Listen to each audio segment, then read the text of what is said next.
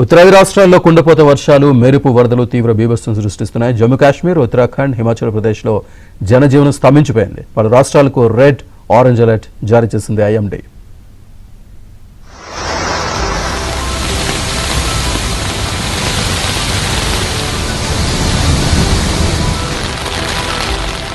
ఉత్తర తూర్పు భారతదేశంలో కురుస్తున్న భారీ వర్షాలు, వరదలు తీవ్ర రూపం దాల్చాయి.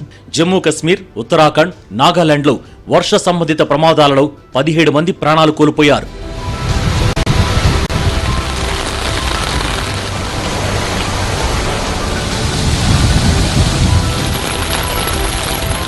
జమ్మూ కశ్మీర్లోని పూంచ్ జిల్లాలో భారీ వర్షాలతో ఆకస్మిక వరదలు సంభవించాయి. వివిధ ఘటనల్లో 12 మంది మృతి చెందగా పలువురు గల్లంతయ్యారు.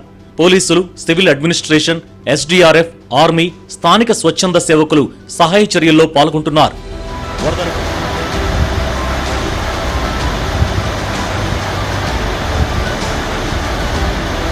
వరదలకు పూంచ్ జిల్లా భారీగా దెబ్బతింది. విద్యుత్ స్తంభాలు నేలకొరిగాయి. మొబైల్ నెట్వర్క్ సేవలకు అంతరాయం కలిగింది.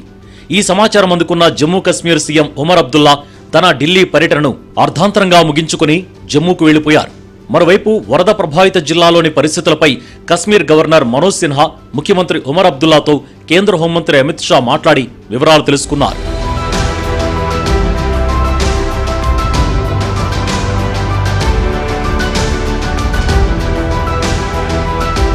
మరోవైపు ఉత్తరాఖండ్లోనూ భారీ వర్షాలు కురుస్తున్నాయి.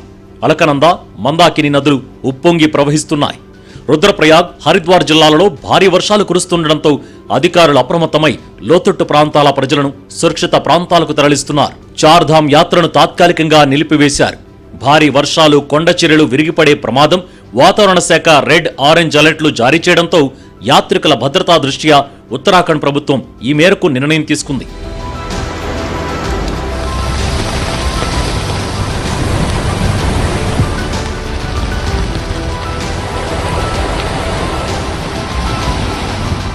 అటు అస్సాంలోనూ కుండపోత వర్షం కురుస్తోంది. చాలా నదులు ఉప్పొంగుతున్నాయి.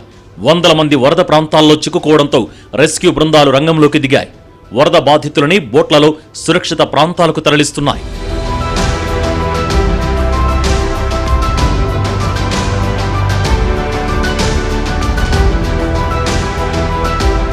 ఇక పంజాబ్, మహారాష్ట్ర, గుజరాత్లో వానలు ఏకధాటిగా కురుస్తున్నాయి. ఇక హిమాచల్ ప్రదేశ్, ఉత్తరప్రదేశ్, బెంగాల్లోనూ భారీ వర్షాలు కురుస్తాయని వాతావరణ శాఖ హెచ్చరించింది.